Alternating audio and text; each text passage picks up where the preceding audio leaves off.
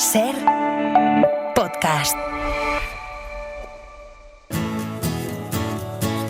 Hoy por Hoy Magazine.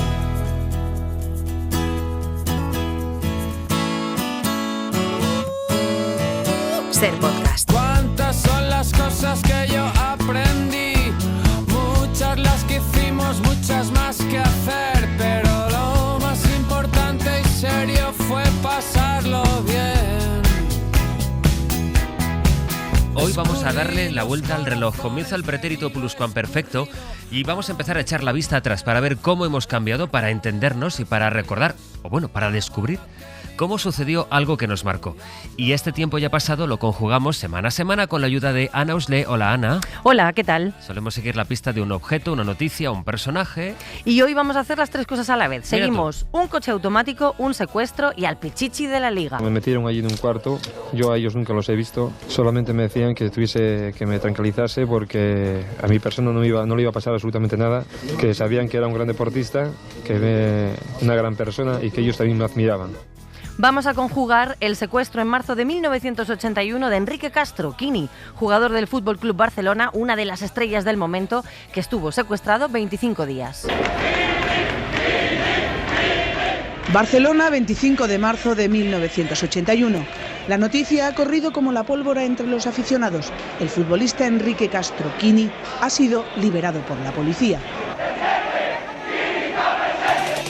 El secuestro de Quini, una de esas historias de las que recordamos seguramente poco más que el titular. Pues veamos entonces quiénes secuestraron a la mayor estrella de la liga y cómo lo hicieron. Comenzamos entonces por la tercera persona del singular, él. Quini, Enrique Castro, jugador del Sporting de Gijón, máximo goleador en primera entre el año 73 y el 76. ¿Tú vales 40 millones de pesetas? Hombre, yo no creo que valga 40 millones de pesetas, eso son comentarios y eso, pero yo no sé nada, absolutamente nada. ¿Cuántos millones crees que hoy en el mercado que vales? Bueno, yo no me puedo valorar yo a mí mismo, yo creo que eso es mejor la prensa y los que ven los partidos. Al final fue por 82 millones de pesetas, después de años de negociación, por los que le ficha el FC Barcelona en junio de 1980. Su hijo es Enrique Castro. A la edad de 31 años, Quini emprende viaje a Barcelona con esa responsabilidad de que tiene que seguir metiendo goles y entonces, bueno, con ese punto de nerviosismo, pero a la vez de ilusión. Y bueno, como no podía ser de otra manera, él que era un goleador nato, pues bueno, siguió metiendo goles y de hecho, aparte de conseguir varios títulos, pues también se hizo con sus dos últimos trofeos Pichichi. Quini, cuando coge rumbo a Barcelona, pues va con su mujer Mari Nieves y los dos hijos que tenía entonces, Lorena y Enrique. Luego, posteriormente, nacería Jorge en Barcelona y Óscar, bueno, ya a su vuelta a Gijón. Todo iba bien, llevaba 8 meses en el Barça, sumaba 18 goles, acababan de ganar al Hércules ese 1 de marzo de 1981. No subió el gol al marcador y el que sí subió fue este magnífico tanto de Quini, obsérvenlo. En vaselina perfecta sobre el guardameta Zendoya. Y cuando Quini iba a buscar a su mujer, Mari Nieves, y a sus entonces 2 hijos pequeños al aeropuerto, al echar gasolina a su Ford Granada, fue secuestrado. Buenas noches. ¡Quieta! ¡No se mueva! ¿Pero qué está haciendo? ¡Te giras y te vuelve la cabeza! Este es un fragmento de la serie de ficción por 100 millones de Movistar Plus que se ha estrenado hace unos días. Y que nos lleva 45 años atrás para recordar qué pasó y cómo éramos. Primera persona del plural, nosotros. Nosotros, es que nosotros éramos una sociedad taquicárdica. ¡Quieto todo el mundo! Solo una semana después del 23F desaparece el mejor futbolista de la liga, pero es que no es solo eso. Miguel Mena, en su libro Días sin tregua, nos ayuda a hacer memoria de todo lo que aconteció en esas fechas. Aproximadamente a las 2 menos 10 de la mañana, la comisaría de policía de Logroño recibía la primera información por... En los 24 días de marzo que Quini permaneció secuestrado, ETA militar asesinó a un comisario de policía en Bilbao, un teniente coronel del ejército también en Bilbao y otro teniente coronel en Pamplona. Todo ello pocos días después del 23F, en lo que parecía un intento de la organización terrorista por agitar el avispero para provocar otro golpe de Estado. Además, un militante de ETA militar murió al estallarle la bomba que iba a colocar, y la otra rama de ETA, la político-militar, mantenía secuestrado desde enero al empresario valenciano Luis Suñer. En esas mismas fechas, un grupo de extrema derecha asesinó a un militante del PNV en la localidad guipuzcoana de Andoain. Bien podemos decir que la sociedad española de entonces no tenía ni un solo día de respiro. La policía, un coche... Además, la economía era otro de nuestros puntos flacos. Arrastrábamos una importante crisis. En 1981, 1.741.000 personas estaba en paro, un 13,5% de la población activa. Y en muchas casas, las frases terminaban con un "ya veremos si se puede".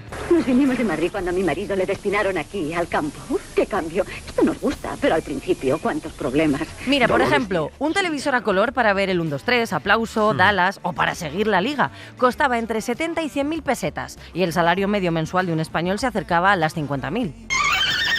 ¡Soy un coche con frenauto! ¡Mire, mire! Y lo mismo pasaba con los coches. Para comprarse un Renault 5, que era el más vendido, había que ahorrar entre 400.000 y 500.000 pesetas. Pero antes hablabas de un Ford Granada, el que tenía Kini. Sí, un coche con el cambio automático. Y eso en la España corriente no era lo más corriente. Por eso los secuestradores no sabían arrancarlo. Tú arranca por lo que más quieras. No funciona. ¿Qué? ¿No tiene embrague? ¿Cómo que no tiene embrague? ¿Cómo no tiene embrague? ¿Es automático? No me jodas. ¿Cómo va? Yo nunca he llevado uno de estos. Mueve la palanca o algo, yo qué sé. Tienes que pisar el freno y poner la palanca de cambio en la letra D. Así que tuvieron que pedirle ayuda a Kini. Y este es un detalle que nos va diciendo quiénes eran. Tercera persona del plural. Ellos. Ellos al conocerse el secuestro, ni ETA, ni el Grapo, ni la ultraderecha parecían estar detrás. ¿Quién se podía haber llevado a Kini?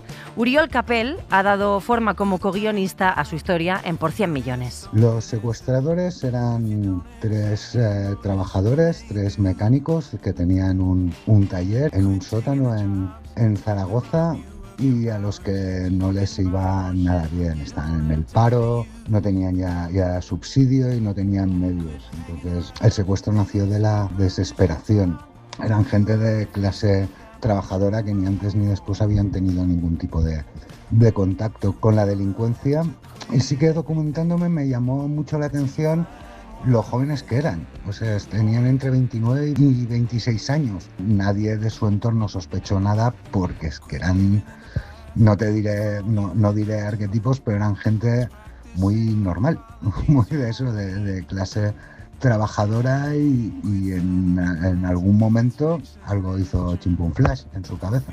Fernando, Víctor y Eduardo, 3 jóvenes desempleados de Zaragoza que tenían un taller mecánico en el barrio de Tenerías, en Zaragoza, y eligieron, mirando revistas, a quién secuestrarían y allí le retendrían. Las paredes enmoquetadas, un fino colchón de goma espuma y una banqueta vieja por todo mobiliario.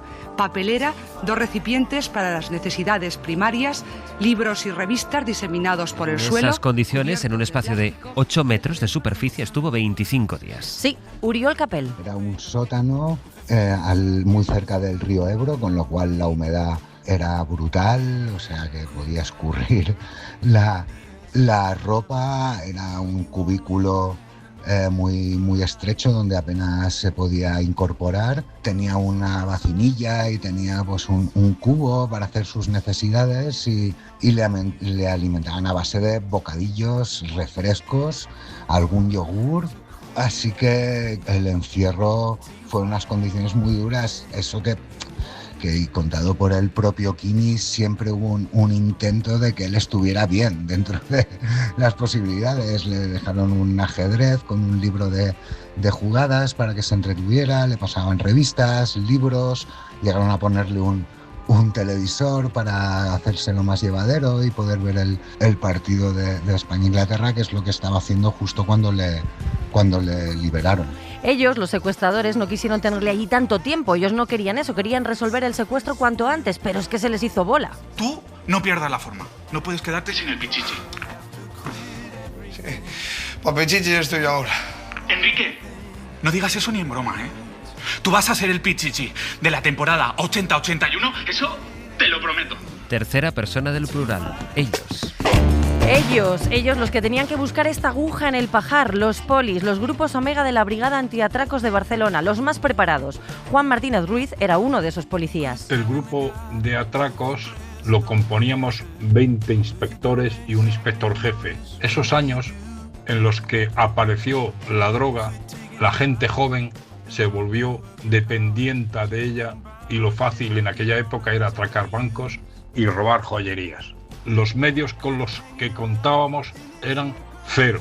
No teníamos medios para investigar, solo era el esfuerzo humano y mucho patear las calles. Y tuvimos bastante dificultades para detenerlo, puesto que todas las informaciones que recibíamos, incluso de confidentes en el mundo delictivo, no había forma de averiguar quiénes eran ellos. Todo el mundo quería saber cómo iban las investigaciones y nosotros éramos parcos en dar detalles porque al día siguiente salía en la prensa. Y de hecho eso a nosotros nos perjudicó. Nadie sabía nada, no había medios, así que ¿cómo se dio con los secuestradores? Todo empezó con las llamadas. ¿Diga? Es la casa de Enrique Castro. Sí. En la calle de la Riera Blanca, a 5 minutos de su casa, hay una cafetería llamada Lidia. Estas llamadas en la serie recrean las grabaciones originales y aquí ya se ve cómo desde la primera llamada el secuestrador no podía disimular su acento aragonés. Ahí ya se supo que no eran profesionales. Sí, y además al pasar los días y las llamadas, el secuestro se les hacía, como te decía, bola. ¿Por qué? Porque se quejaban, por ejemplo, de que Kini comía como una lima, que no les llegaba para bocadillos. Ahora quiero que lleven el dinero al Hotel Aragón, en Perpiñán. La dirección. Francia. Oiga, nos tendría que haber avisado. Acabamos de llegar. Bueno, ¿le van a poner pegas a todo? Quien algo quiere, algo le cuesta. Y después de varios intentos de la entrega del dinero, después de varias llamadas, desesperados cayeron en una trampa. Hasta que un futbolista del entorno de Kini fue el que lanzó el anzuelo de entregar el dinero en un banco suizo. En aquella época, el secreto de los bancos, sobre todo en Suiza, era evidente, pero desconocían por completo que con autorización judicial colaboraban perfectamente. Allí fue donde se les cogió y llegamos hasta ellos. Tercera persona del singular, ella. Ella, Mari Nieves, la esposa de Kini. ¿Pero Enrique dónde está? ¿Está bien? ¿Ustedes quién son? Kini está bien. Quiero hablar con él. Necesito saber que está bien, que mi marido... Encerrada en su casa durante esos 25 días, llegó a tener llamadas de hasta 20 minutos con los secuestradores. Tomó decisiones y fue fundamental. Su hijo Enrique. Ella es la que tiene que hablar con los secuestradores, también tiene que formar parte de uno de los intentos de pago del rescate y también tomar decisiones en momentos muy críticos. Y eso pues hay que llevarlo al contexto de una persona que está sufriendo y pasándolo muy mal, de hecho con problemas de salud, por la angustia, por la ansiedad, de no saber en manos de quién está, si realmente le van a hacer daño, si lo van a matar, si no lo van a matar. Es de una fortaleza y un mérito increíble. Y ella siempre lo dice, que fueron los peores días de su vida y lo único que podemos es dar gracias a Dios de que todo saliera bien y él volviera a casa. Cuando detuvieron a uno de los secuestradores en Suiza y no quería colaborar, la policía le dijo que Mari Nieves estaba en camino y que tendría que verla cara a cara. Y allí fue cuando confesó. Segunda persona del plural, vosotros. Vosotros, seguro que recordáis la cifra, 100 millones. Y como respaldo estaba el equipo, el Fútbol Club Barcelona. Cuando ya el campeonato de Liga 1980-81... Que ese año no ganó la Liga. No ganó la Liga. El Barcelona estaba a tan solo 2 puntos del líder el domingo que secuestraron a Kini. El entrenador era Elenio Herrera. Que lógicamente, en un caso excepcional como esto, tendríamos que repetir los 3 partidos que se han jugado. Atlético de Madrid, Salamanca y Con la Zaragoza. desaparición de Kini, lo deportivo lógicamente pasó a un segundo plano. Joan Gaspart era vicepresidente del club. Estamos lanzados, tenemos un equipo, secuestran a Kini y esto se desmonta totalmente. No se quiso paralizar la liga y tuvimos que seguir jugando a los jugadores que estaban mentalmente preocupados, asustados, sin saber qué pasaba. En aquella época éramos una familia y por lo tanto una desgracia de un jugador y de su familia nos afectaba como si fuera un miembro de la familia. A tal nivel, el presidente Núñez, su esposa, la mía y yo mismo, casi nos instalamos en casa de Kini en el sentido logístico de dirigir el funcionamiento de la casa, la comida, la limpieza. Tanto es así que la hija, que tenía 2 o 3 años, Lorena, se vino a vivir a casa, a mi casa.